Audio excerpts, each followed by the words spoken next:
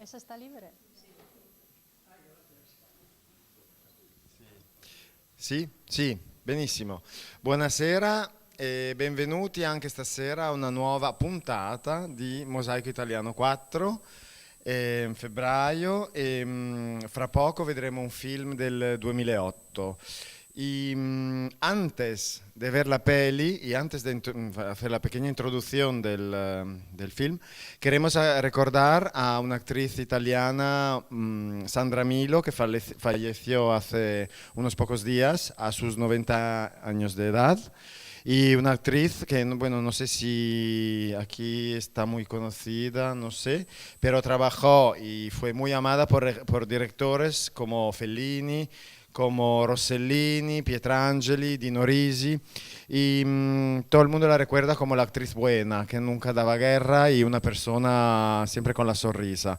Bueno, a lo mejor, Igual el año que viene le ¿no? dedicaremos una película, quién sabe. Ya veremos en el próximo ciclo. Bueno, hoy, si habéis estudiado, sabéis que vamos a ver Tutta la vita davanti, toda la vida por delante, una peli del 2008 de Paolo Virzì, un director italiano que, bueno, bastante conocido en el Director de mundo. comedia, sobre todo. Sí. Y es una peli que habla de un tema, por decir, universal.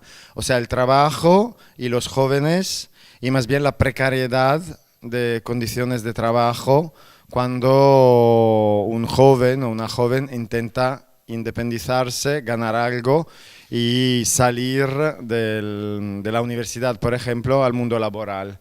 Y nos ha gustado mucho esta peli porque el director tiene una mirada muy global, 360 grados, sobre este tema, porque lo muestra según diferentes perspectivas y visiones. ¿A que sí? Sí, es una comedia negra, global, muy coral. Hay muchísimos personajes y las perspectivas que nos da esta película son, por ejemplo, la perspectiva de las trabajadoras de un call center, de una centralita, que están como adiestradas y no formadas para el trabajo, con un estilo, ya veréis, como muy motivacional, estilo americano. Entre ellas está nuestra protagonista, Marta, que es una chica que recién licenciada en filosofía, y también una compañera interpretada por Micaela Ramazzotti, que es una madre soltera un poco desastre. La hija del cantante, La hija del ¿no? cantante. Que a lo mejor ella no se conoce, su padre sí. Eso, aquí mucho. También tenemos la perspectiva de los jefes, del jefe jefísimo, Claudio, interpretado por Massimo Ghini, y de la encargada de las chicas, que es una bravísima en esta película, Sabrina Ferilli, que también ha ganado varios premios por esta interpretación. Sí, sí, sí. Nastro Nastro d'Argento d'Argento y y algo más. D'Oro y otros, sí. Pues el símbolo del éxito laboral y del fracaso personal. Tenemos la perspectiva de Giorgio, un sindicalista con muchos ideales y a veces un poco lejos de lo que luego son la práctica, su vida diaria, ideal, y varios personajes más. Una cosita más, la película está inspirada en un libro, una especie de autobiografía de Michela Murgia. Alguien conocerá, una escritora, activista, que se murió hace pocos meses, justo en los días en que estábamos decidiendo la programación de este mosaico. Y si queréis hablamos también de ella un poquito para daros una idea y aconsejaros algunas obras suyas. Así que de momento... Sí, de momento es todo, porque además la peli dura casi 2 horas y no tendremos muchísimo tiempo para el debate, pero bueno, vamos a intentarlo. Buona Lo visione. máximo. Buena visione.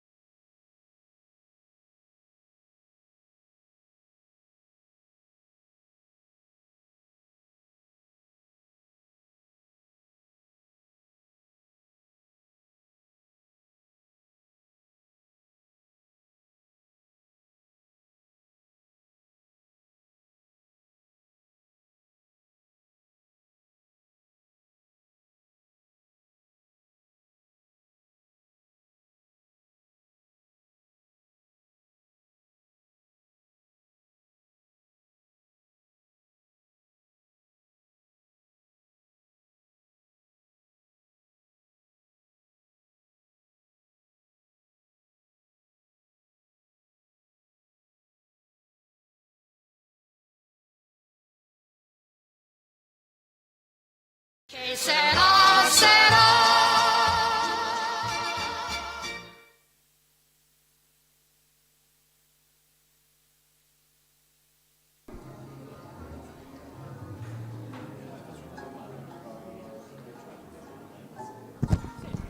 Faccio questa domanda, poi dico, chiamo i personaggi dal decano. Ci sentiamo, cosa ore sono? 4 ore, poco di più. Sì? Sì? Bueno, veo che ha gustato la peli, è piaciuto il film, no? Cosa ne pensi, Sara? Yo creo que sí, ¿eh? ¿no?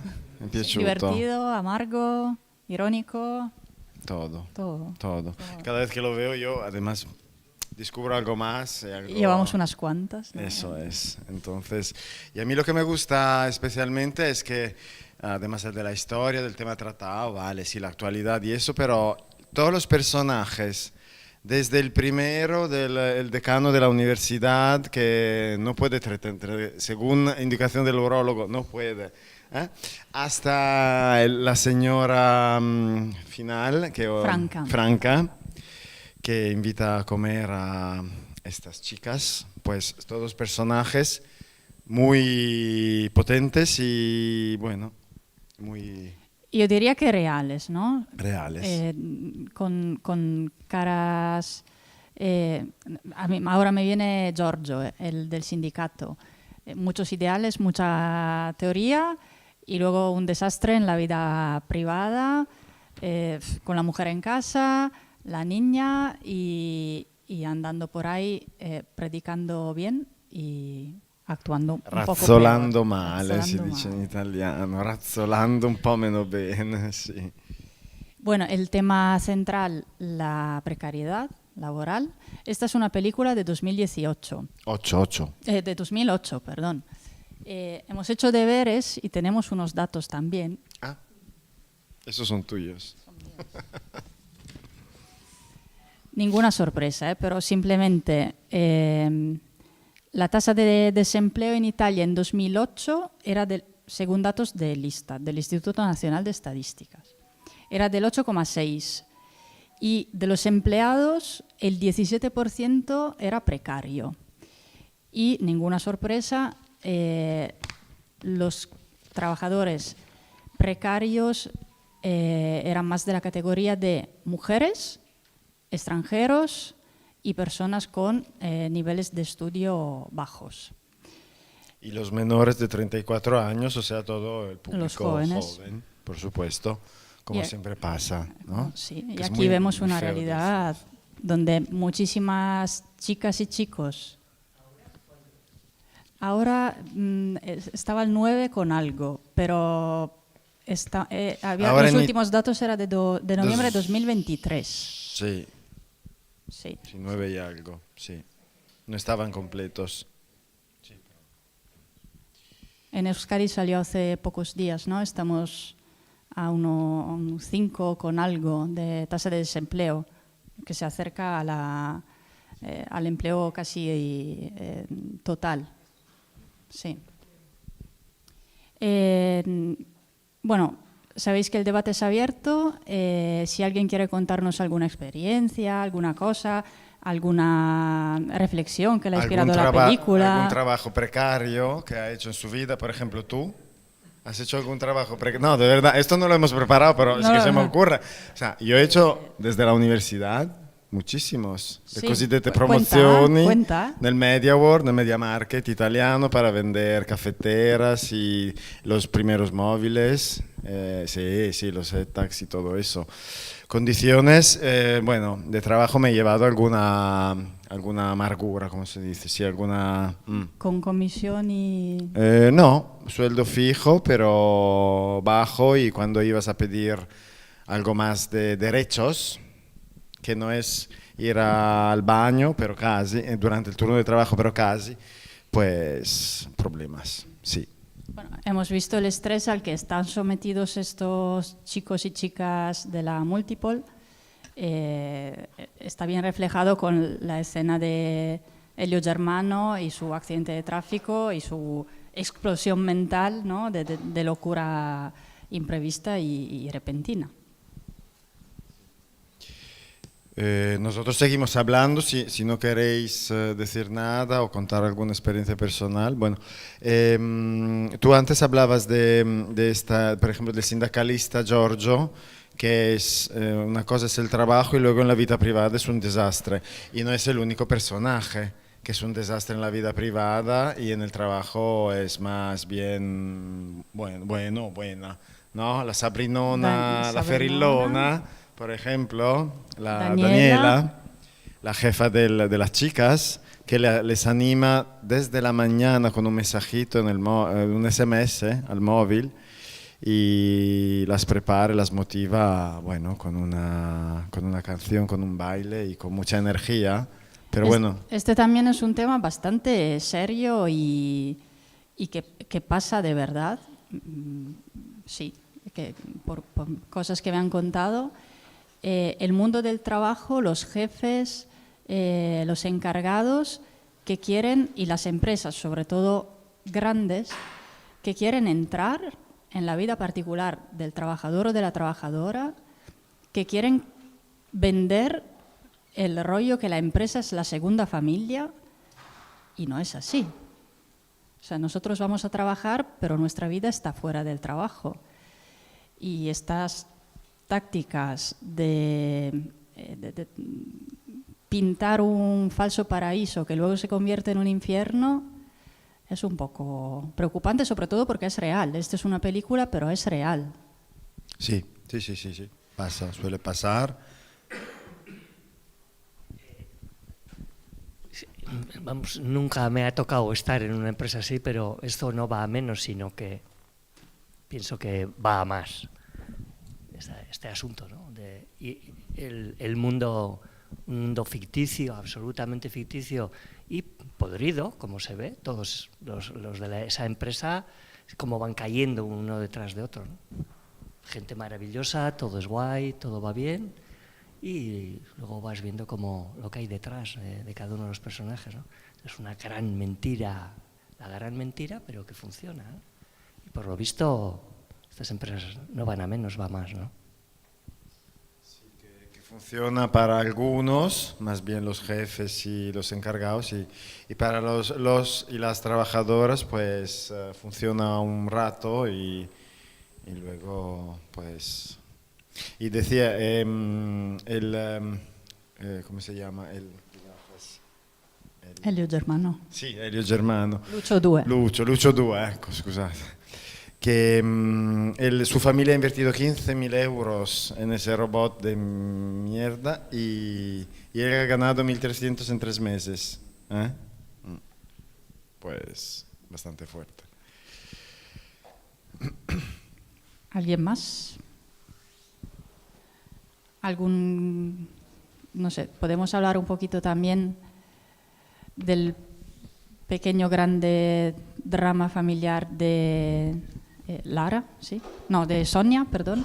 Bueno, de Sonia y de Lara, la niña.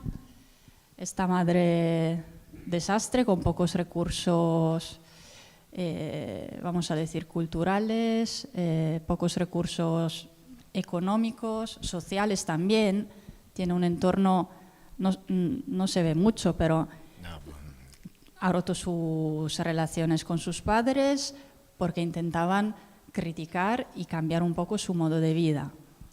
Y acaba siendo pues, una madre desastre. Esta pobre niña que está pegada al móvil y espera que vibre para que pueda subir a casa o para que sepa que su madre está, ¿no? O sea, una madre a través del móvil. Eso sí, también... en tiempos que sí, todavía tampoco era tan aditivo el móvil, ¿no? En 2008, bueno. A mí me ha impactado también cuando está hablando hacia el final con su amiga Escort, que le está enseñando las páginas para anunciar su cuerpo más bien, y que dice, esa es rara, está laureada, está licenciada, tiene carrera universitaria, es una rara. Pues sí. Sí, hay muchos temas, ¿no? La cultura así popular, el gran hermano, Gran hermano.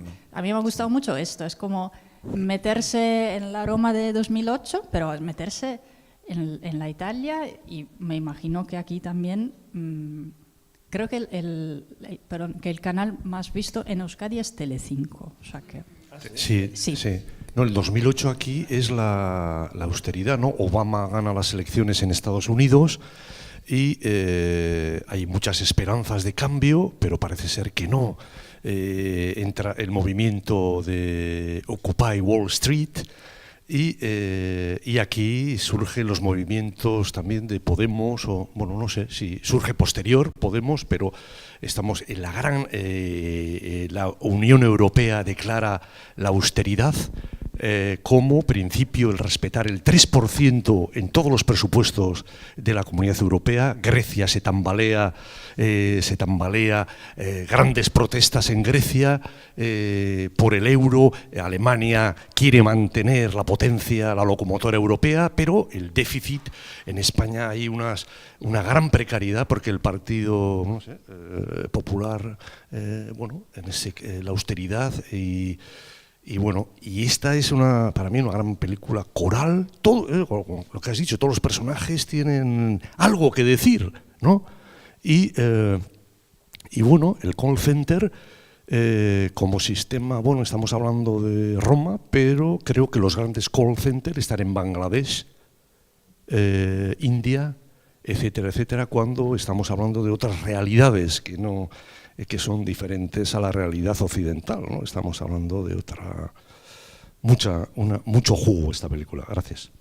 ahora también, me imagino que en Latinoamérica para España y en Europa del Este para Italia también, en Albania hay muchos call centers que llaman, o sea, con anuncios que piden, que están buscando trabajadores que hablen italiano. O sea que ahí también se ha desplazado a donde la mano de obra está más barata, probablemente. ¿Y tú has comprado algo alguna vez por un call center? Yo hace poco, ¿eh?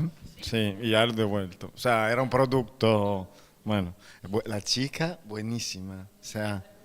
No, era en Francia además, no te preocupes. No, pero que hay algunas personas que tienen dotes especiales bueno, para engañar, porque al final es un engaño. Sí, tú lo llamas vender, yo al final no lo llamo así, pero bueno, claro, porque alguien ha sido víctima de alguna estafa. No es una estafa. Firmé por mi propia voluntad, pero me metieron en una conversación por Naturgy. Naturgy, el gas, Naturgy. Hace 15 días. Una llamada por teléfono, una llamada de mala calidad, en el que solo escuchaba un poco y me anunciaban una maravilla que me ponían, y porque las cosas se iban a poner muy mal. Entonces la conversación era de muy mala calidad. Yo no escuchaba bien. Entonces, muy larga, una conversación larguísima. 20 minutos así pudimos estar del principio hasta el final. Me repetían porque no escuchaba bien. Pa'lante, para atrás, pa'lante, para atrás. ¿Acepta usted lo que esto? Mande un SMS diciendo sí. Mando el SMS diciendo sí. Cuando me mandan el contrato, me había dado cuenta de que había aceptado un contrato en el que aceptaba el gas y la electricidad a la vez, cuando yo eso no me había enterado. En aquella conversación de mala calidad, larguísima, yo me puse muy nervioso hablando por teléfono. Hay alguna gente se pone nerviosa, otras no. Y yo acepté el contrato. Luego lo he podido echar para atrás sin hacer ninguna denuncia. Pero he tenido que ponerme y echar para atrás todo. Eso es de hoy, vamos, de hace 15 días. Una empresa muy decente, Naturgy. Así por no hacer nombres, apellidos, no mi cognomi, no. Ah, estamos en streaming. Ah, es verdad.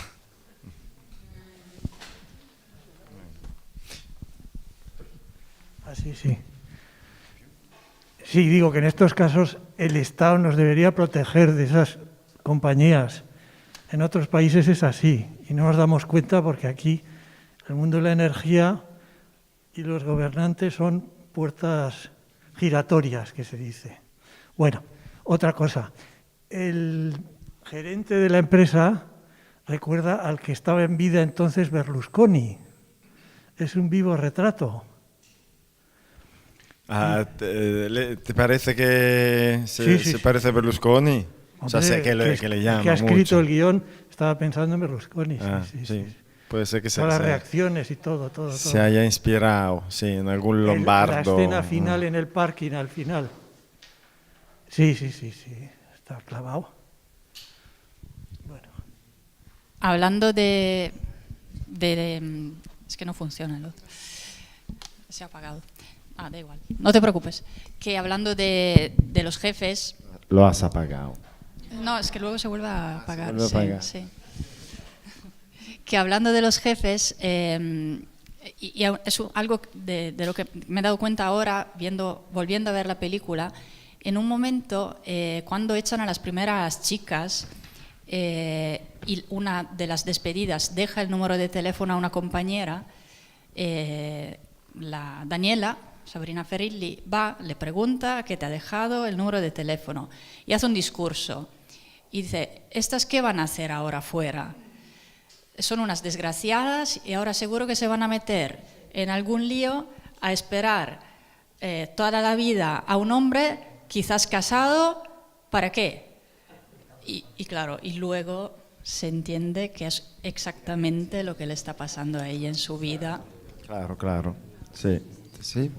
No quiere conmigo. Ah, vale.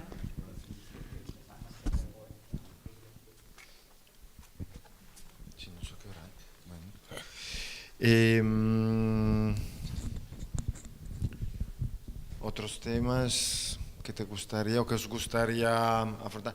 Bueno, para mí es una peli que ya lo habla todo, y entonces o sea, lo deja todo comprensible y bien abierto a la mirada. De forma divertida. Sí, hay mucho humor negro. Por cerrar, que no sé qué hora es. Vale. -10. Solo una cosa que he adelantado en la presentación, que la película está basada en un libro de Michela Murgia.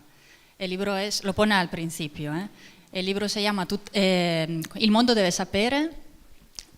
Creo que no está traducido al castellano, pero sí hay algunas obras, una por lo menos seguro, de Michela Murgia, que sí están traducidas.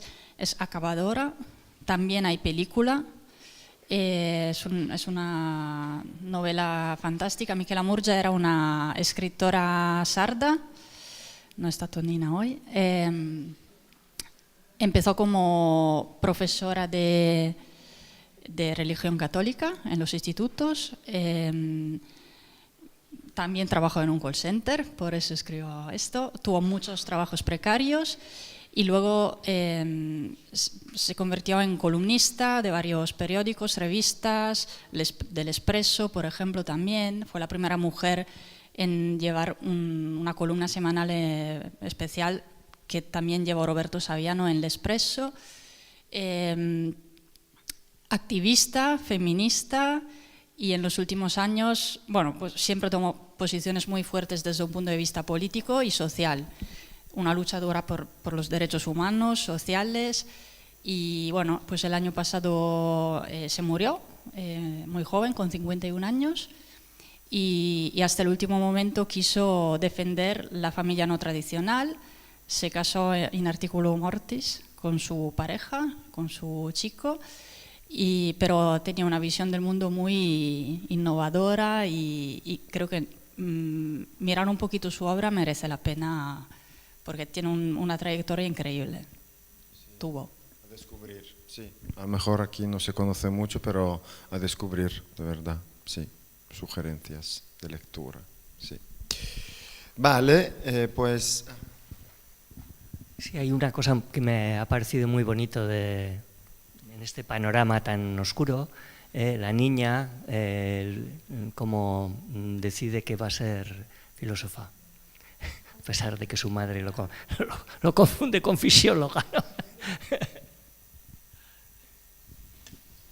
Filosofo o fisioterapista, no.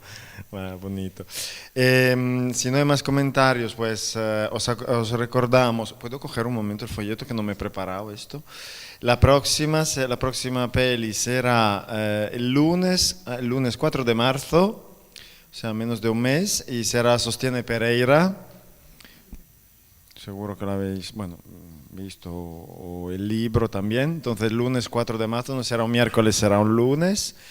E nada más, agradeceros, grazie per essere venuti, per sopportarci. Noi, beh, forse gli altri sono più pesanti, noi non siamo tanto pesanti, dai, ecco.